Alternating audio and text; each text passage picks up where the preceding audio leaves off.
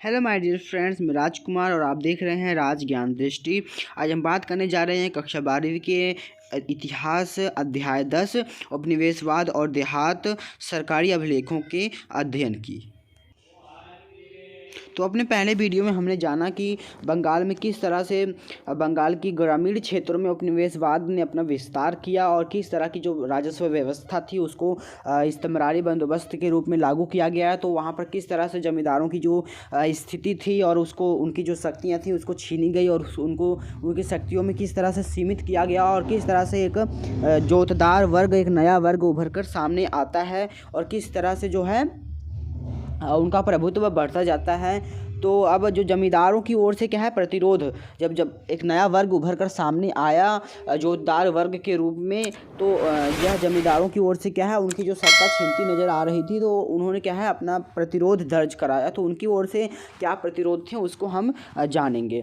तो किंतु अब ग्रामीण क्षेत्रों में जमींदारों की सत्ता समाप्त नहीं हुई थी। अब कुछ ऐसे ग्रामीण क्षेत्र थे जहाँ पर फिर भी क्या है जमींदारों की जो सत्ता है समाप्त नहीं हुई थी। तो राजस्व की अत्यधिक मांग और अपनी भू संपदा की जो संभावित नीलामी की समस्या से निपटने के लिए जमींदारों ने इन दबावों से उबरने के रास्ते निकाल लिए और नए संदर्भों में नई रणनीतियां बना ली।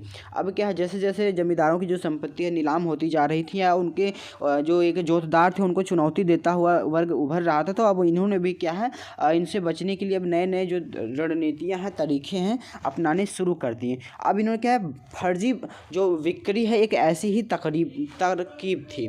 अब क्या है, अब जो जोतदार थे उन्होंने गांव के किसानों को उकसाया कि आप जो राजस्व राशियाँ हैं उसको मत चुकाओ, जिससे क्या हुआ जो जमींदारों की जो जमींदारियाँ थी वह नीलाम होने लग गई। तो अब इससे परेशान होकर जो ये जमींदार थे उन्होंने भी तरकीबें और रणनीतियाँ अपना ली। तो अब इन्होंने क्या किया कि जो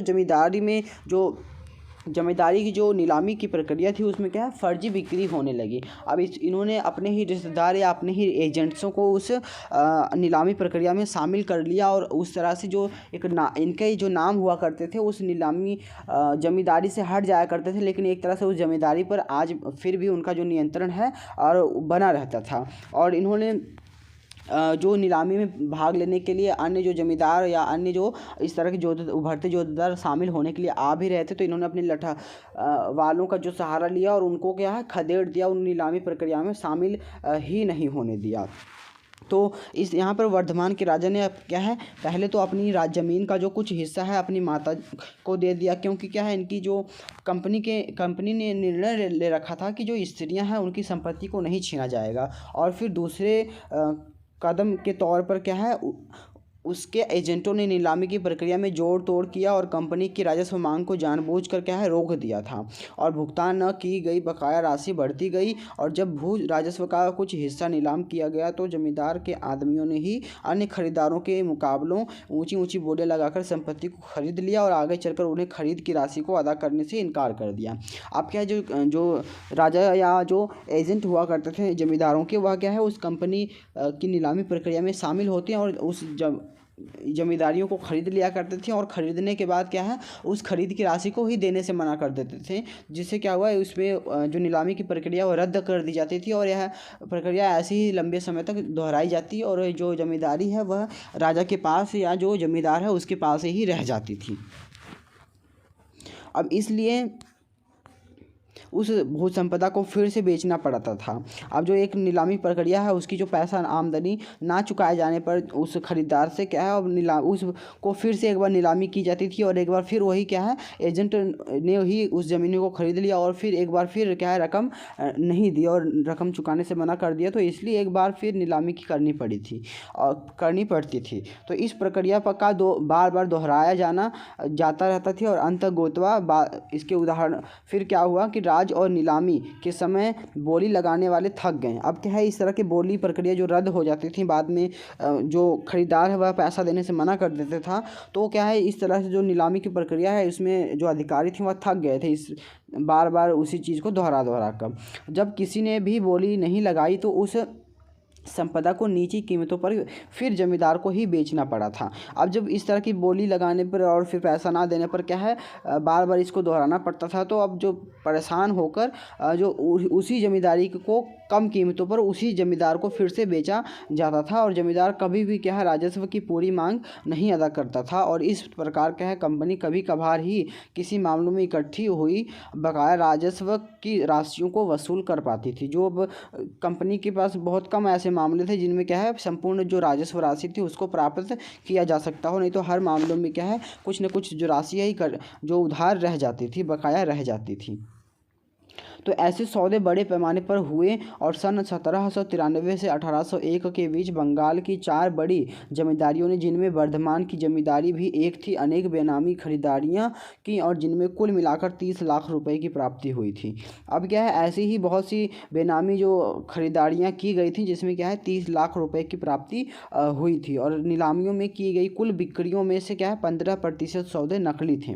अब जितनी भी नीलामियाँ की गई थी उसमें सौदे किए गए थे उस नीलामी प्रक्रिया में, उसमें क्या है 15% ऐसे सौदे थे जो नकली थे, उस या राजा या जमींदार ने ही खुद से ही वो उसके एजेंटों ने ही उसमें शामिल हुए थे या उस जमींदारियों को खरीदा था।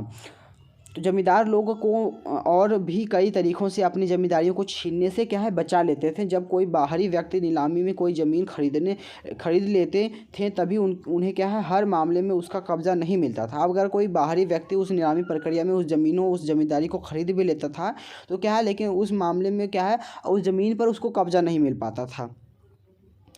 तो कभी कभी जो पुराने जमींदार के लठियाल हुआ करते थे और ख़रीदार लोगों को क्या है मार पीट कर भगा देते थे और कभी कभी तो ऐसा भी होता था कि पुराने रैयत बाहरी लोगों को यानी कि जो नए खरीदार के रूप में लोग उस ज़मीन में घुसने की कोशिश करते थे तो वह अपने आप को पुराने ज़मींदार से जुड़ा हुआ महसूस करते थे और उसी के प्रति वफादारी प्रकट करना चाहते थे और उसी के प्रति वफादार बने रहना चाहते थे और यह मानते थे कि जो पुराना जमींदार ही क्या है उनका अन्नदाता है और वे उसकी प्रजा हैं और जमींदारी की बिक्री से उनके तादाद में और गौरव को धक्का पहुंचता था। अब जो ज़मींदारियां बिक जाती थी तो जो जमींदार जो किसान जो रैयत उस ज़मीन पर खेती किया करते थे वह उस ज़मींदारी के बिक जाने से वो क्या उनको धक्का और उनके सम्मान को ठेस पहुंचती थी और अगर कोई नया जमींदार कोई नया खरीदार उस ज़मीन को कब्जा करने या उस पर खेती करने आता था तो वह उसको भगा देते थे, उसको अपनाते नहीं थे बतौर जमींदार के रूप में। तो इसलिए जमींदार के जो आसानी से विस्थापित नहीं किया जा सकता था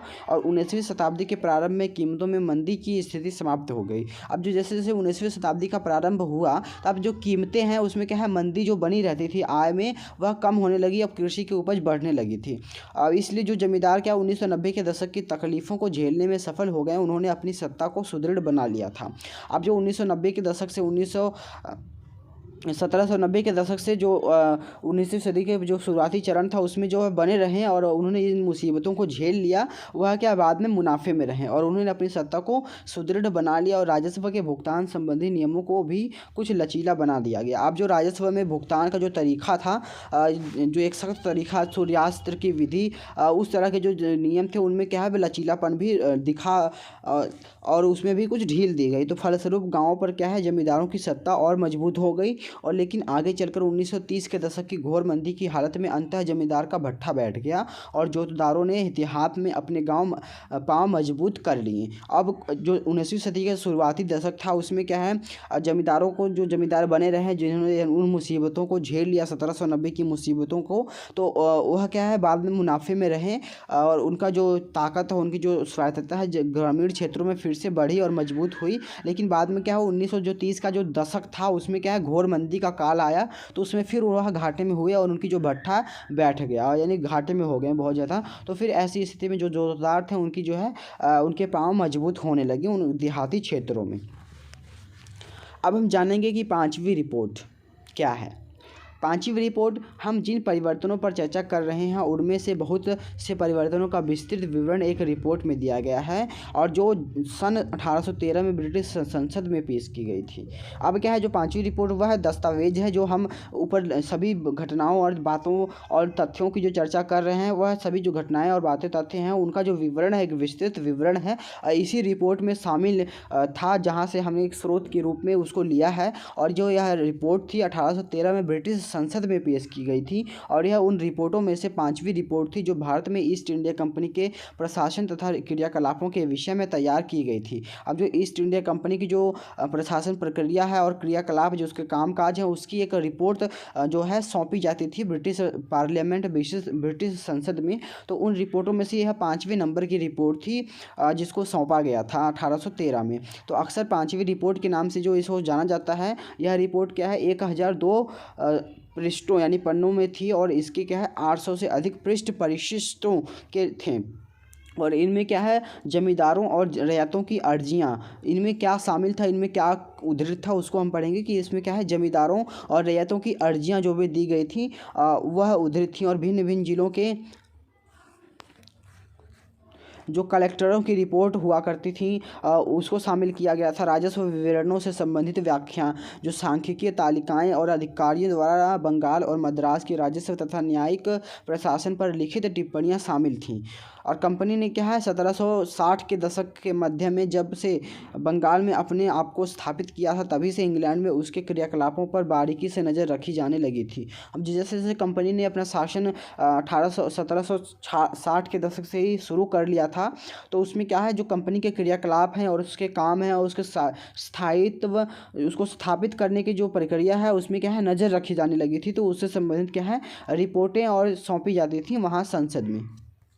इससे पहले हम यहाँ पर देख लेते हैं एक फ़ोटो है जो कि है राजा मेहताब चंद की, जिनका जीवन काल था 1820 से 1879 तक। और जब इस्तिमरारी बंदोबस्त लागू किया गया था तब तेजचंद्र बर्दवान का राजा था। अब जो यह तेजचंद्र है यह क्या है बर्दवान का राजा था किस समय जब इस स्थायी इस्तिमरारी बंदोबस्त को लागू किया गया था। तो मेहताब चंद के शासन में बर्दवान की जमींदारी काफ़ी फली फूली थी और मेहताब चंद ने संथालों के विद्रोह और 1857 के विद्रोह के दौरान अंग्रेजी हुकूमत का साथ दिया था। अब जो 1857 में विद्रोह हुआ था और संथालों का जो विद्रोह हुआ था उसमें क्या है इस राजा ने मेहताब चंद ने क्या है अंग्रेज़ों का साथ दिया था।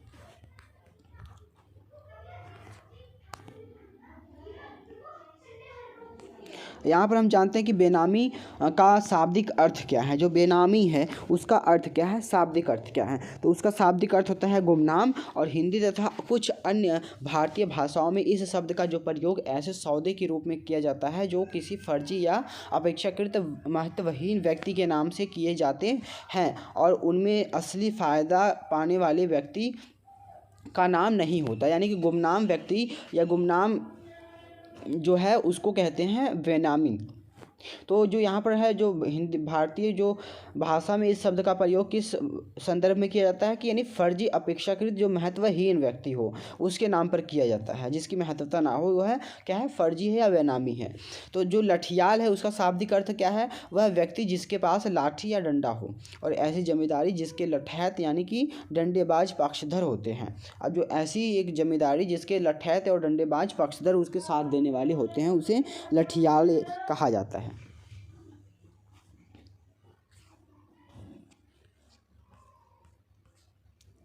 तो अब क्या है यहाँ पर जो कंपनी ने 1860 के दशक में अपने मध्य में जब बंगाल में अपने आप को स्थापित किया था तभी से यह जो 5वीं रिपोर्ट के जैसी ही रिपोर्टें हैं वहाँ सौंपी जाने लगी थी, पेश की जाने लगी थी और उन पर चर्चा की जाती थी। और ब्रिटेन में बहुत से ऐसे समूह भी थे जो भारत तथा चीन के साथ व्यापार पर ईस्ट इंडिया कंपनी के एकाधिकार का विरोध करते थे। अब जो ब्रिटिश में ही ऐसे बहुत से व्यापारी थे जो ईस्ट इंडिया कंपनी एकमात्र का जो चीन और भारत में जो शासन है और व्यापार है, व्यापार में एक एकाधिकार होने के कारण जो है उसका विरोध करते थे और वे चाहते थे कि उस शाही फरमान को रद्द कर दिया जाए जिसके तहत इस कंपनी को एक एकाधिकार दिया गया था। और ऐसे निजी व्यापारियों की संख्या बढ़ती जा रही थी जो भारत के साथ होने वाले व्यापार में हिस्सा लेना चाहते थे। अब क्या है जो ब्रिटेन में भी बहुत से ऐसे निजी व्यापारी थे वह भारत और चीन के साथ व्यापार करना चाहते थे, लेकिन एक शाही जो आदेश था कि जो ईस्ट इंडिया कंपनी है केवल वही भारत के साथ व्यापार करेगी, वह उसको रद्द करवाना चाहते थे। और ब्रिटेन के उद्योगपति ब्रिटिश विनिर्माताओं के लिए भारत का जो बाजार है खुलवाने के लिए उत्सुक थे। और कई राजनीतिक समूहों का तो यह कहना था कि बंगाल पर मिली विजय का लाभ केवल ईस्ट इंडिया कंपनी को ही मिल रहा है, संपूर्ण ब्रिटिश राष्ट्र को नहीं। और जो बहुत से ऐसे राजनेता थे जो मानते थे कि जो भारत पर मिली हमारी जो जीत है उसका जो लाभ केवल है जो ईस्ट इंडिया कंपनी को ही मिल रहा है और बाकी संपूर्ण राष्ट्र या संपूर्ण ब्रिटिश राष्ट्रों को नहीं मिल पा रहा है इसका लाभ। तो कंपनी के जो कुशासन और अव्यवस्थित प्रशासन के विषय में प्राप्त सूचना पर ब्रिटेन में गर्मा गर्म बहस छिड़ गई और अंग्रेजी कंपनी के अधिकारियों के लोभ लालच और भ्रष्टाचार की घटनाओं को ब्रिटेन के समाचार पत्रों में व्यापक रूप से उछाला गया और ब्रिटिश संसद ने भारत में कंपनी के शासन विनियमित और नियंत्रित करने के 18वीं शताब्दी के अंतिम दशकों में अनेक अधिनियम पारित किए। अब क्या है, इन्हीं बातों ने क्या है कंपनी के शासन को नियंत्रित करने का जो है काम आगे बढ़ाया ब्रिटिश पार्लियामेंट का। और क्या है, जो कंपनी के शासन में भ्रष्टाचार बढ़ रहा था, उसकी बुराइयां जो समाचार पत्रों में छप रही थी, तो इस तरह से जो ब्रिटिश का जो शासन था, ब्रिटेन का जो शासन था, उसने एक्शन लेते हुए क्या है बहुत सी जो अनेक जांच समितियां हैं, अधिनियम है, वह पारित किए और कंपनी को बाध्य किया गया कि वह क्या है भारत के प्रशासन के विषय में नियमित रूप से क्या है अपनी एक रिपोर्ट भेजा करें और कंपनी के कामकाज की जांच करने के लिए कई समितियां थी वह नियुक्त की गई। यानी कंपनी का जो भारत में कैसा शासन है, किस रूप में शासन कर रही है, और उसको जाँचा जाए, उसको परखा जाए और उस पर नज़र रखी जाए, उसके लिए है बहुत सी समितियाँ गठित की गई। तो यहाँ पर एक महल हमें देखने को मिलता है, इसको हम जानेंगे कि अंडुल राजमहल है। जो यह राजमहल अंडुल राजमहल के नाम से जाना जाता है और ऐसे राजमहल एक युगांत को दर्शाने वाले अवशेष हैं और जमींदारों के रहन सहन की पतनोन्मुखी वैभवशाली जीवन शैली पर बनी सत्यजीत राय की प्रसिद्ध फिल्म जलसा घर की शूटिंग इसी अंडुल राजमहल में हुई थी। अब यहाँ पर यह राजमहल भव्य राजमहल दिखता है हमें, तो ये जमींदारों की जो राजमहल हुआ करते थे उसको दर्शाता है कि उनका जो जीवन था कितना भोग विलासतापूर्ण और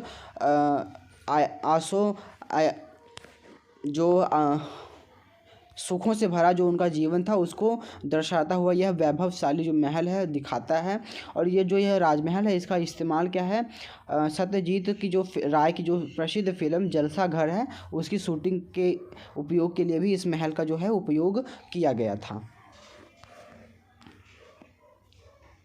तो पांचवी रिपोर्ट क्या है, एक ऐसी ही रिपोर्ट है जो कि एक प्रकार की समिति द्वारा तैयार की गई थी और यह रिपोर्ट भारत में ईस्ट इंडिया कंपनी के शासन के स्वरूप पर क्या है ब्रिटिश संसद में गंभीर वाद विवाद का आधार बनी। अब जो बहुत सी उप समितियाँ गठित की गई कंपनी के कामकाज को जांचा जाए, परखा जाए कि वह किस तरह के कामकाज को कर रही है। तो ये जो रिपोर्ट पेश की गई थी पांचवी रिपोर्ट, तो यह भी इसी एक तरह की जो समिति थी उसके द्वारा प्रस्तुत की गई थी ब्रिटिश पार्लियामेंट में। तो 18वीं शताब्दी के अंतिम दशकों में ग्रामीण बंगाल में क्या हुआ इसके बारे में हमारी अवधारणा लगभग 1.5 शताब्दी तक इस पांचवी रिपोर्ट के आधार पर ही बनती और सुधरती रही है।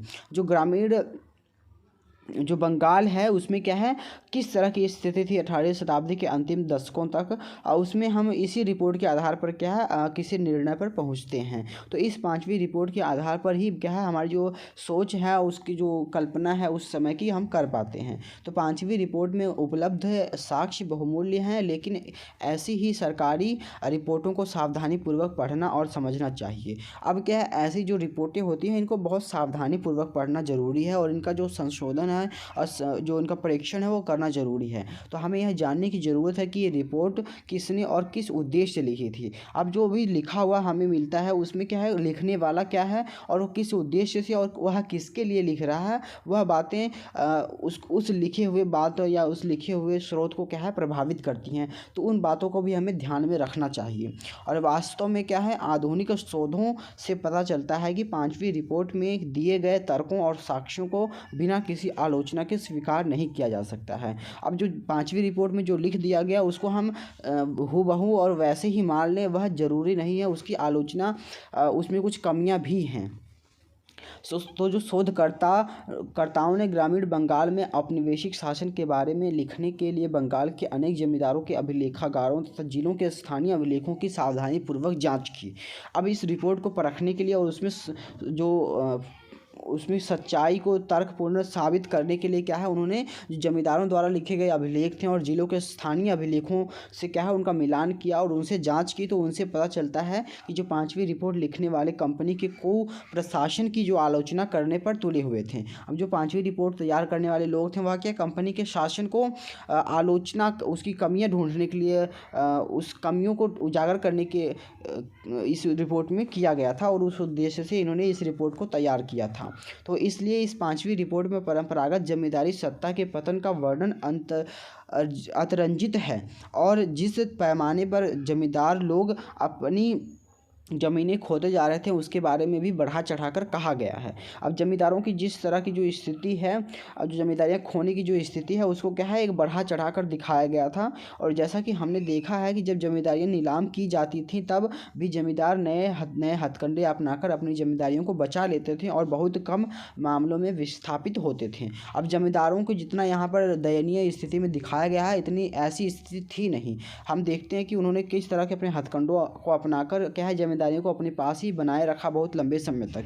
लेकिन इस विवरण में हमें ऐसा लगता है कि जो जमींदार हैं वह अपनी जमींदारियां खोते जा रहे हैं। कुछ ऐसा हमें देखने को इस जांच रिपोर्ट में पता लगता है, इस 5वीं रिपोर्ट से हमें पता लगता है। तो इस 5वीं रिपोर्ट से उद्धृत एक क्या है स्रोत है, स्रोत 2 हम इसको पढ़ते हैं। जमींदारों की हालत और ज़मीनों की जो नीलामी के बारे में 5वीं रिपोर्ट में कहा गया है। अब जो जमींदारों की हालत थी और जो नीलामी की जो इस नीलामी के बारे में क्या है इस रिपोर्ट में कहा गया है, वहाँ से लिए गया यह स्रोत। तो राजस्व समय पर नहीं वसूल किया जाता था और काफ़ी हद तक ज़मीनें समय समय पर नीलामी पर बेचने के लिए रखी जाती थी। अब यहाँ पर कहा गया कि जो राजस्व जो है वह समय पर नहीं वसूला किया जाता था, तो जो नीलामी है वह समय समय पर बेची जाती थी। और स्थानीय वर्ष जो उस बंगाल के जो कैलेंडर के हिसाब से जो वर्ष था 1203, तदनुसार उस जो इंग्लिश कैलेंडर है उसके हिसाब से 1796 से 1797 में बिक्री के लिए विज्ञापित ज़मीन की जो निर्धारित राशि है, जो एक नीलाम करने के लिए जो एक विज्ञापन दिया गया था उसमें जो निर्धारित राशि की उस ज़मीन उस नीलामी की निर्धारित राशि का अनुमान लगाया गया था, वह कितनी थी 28,70,61 सिक्का रुपया थी। और वह वास्तव में क्या है 17,90,416 रुपये में बेच दी गई थी, यानी कि इतने घाटे में कम कीमत में बेच दी गई थी। और क्या है 14,18,756 रुपये की राशि जुम्मा के रूप में प्राप्त की गई थी। अब जो निर्धारित राशि अनुमान लगाया गया था उस नीलामी की उस जमींदारी की वह कितनी थी 28 लाख लगभग, और उसको बेचा कितने में गया 17,90,416 रुपये में। अब इतने में तो बेचा गया लेकिन इतनी राशि भी नहीं प्राप्त कर सकें। अब प्राप्त राशि कितनी थी उस जमींदारी से मात्र 14,18,756 रुपये। तो इस तरह से कम जो उस अनुमानित राशि है उसका जो है आधा हिस्सा ही प्राप्त हो सकता था, प्राप्त कर पाया जो कर पाती थी कंपनी नीलामी प्रक्रिया से। तो जो स्थानीय कैलेंडर है उसके हिसाब से 1204 वर्ष था और तदनुसार सन जो इंग्लिश कैलेंडर है उसमें क्या है 1797 का जो समय और 1798 के समय काल में क्या है 26,66,191 जो सिक्का रुपए के लिए ज़मीन विस्थापित की गई थी और उसको क्या है बेचा कितना में गया। तो अनुमानित राशि से जो उसको क्या है 21,47,580 सिक्का में बेचा गया। अब क्या खरीदारों में क्या है ज़मीन, अब यहाँ पर क्या है कहा गया है कि कुल क्या है 26,66,191 क्या है सिक्का रुपए की ज़मीन क्या है विज्ञापित हुई थी। उसको क्या है 22,74,076 सिक्का में ही खरीदा गया और बेची गई ज़मीन को क्या है क्रय राशि यानी जो प्राप्त राशि है वह घट गई और उसको और भी कम प्राप्त हुई थी, यानी कि 21,47,580 सिक्का रुपया। तो बाकीदारों में क्या है कुछ लोग देश के बहुत पुराने परिवारों में से थे और यह थे नदिया शाह, राजशाही, विष्णुपुर, सभी बंगाल के ज़िले और आदि के राजा, और साल दर साल उनकी जो जागीरदारी जागीरों के टूटते जाने से क्या है उनकी हालत बिगड़ गई और उन्हें गरीब और बर्बादी का सामना करना पड़ा। और कुछ मामले में तो सार्वजनिक निर्धारण की जो राशि को यथावत बनाए रखने के लिए राजस्व अधिकारियों को भी काफ़ी कठिनाइयाँ उठानी पड़ती थी। अब क्या है ये जो उस समय जो राज परिवार हुआ करते थे, जो बाकीदार हुआ करते थे, जो प्रभुत्व वाले लोग हुआ करते थे, उनकी जो प्रभुत्व जो है उनका जो शक्ति है वह घटती चली गई। तो कंपनी अब किससे जो राजस्व राशि है वह इकट्ठी करे। तो कंपनी को यह इस तरह की जो चुनौतियों का है वह सामना करना पड़ा था। अब हम अपने अगले विषय खुदाल और हल के बारे में अगले वीडियो में चर्चा करेंगे।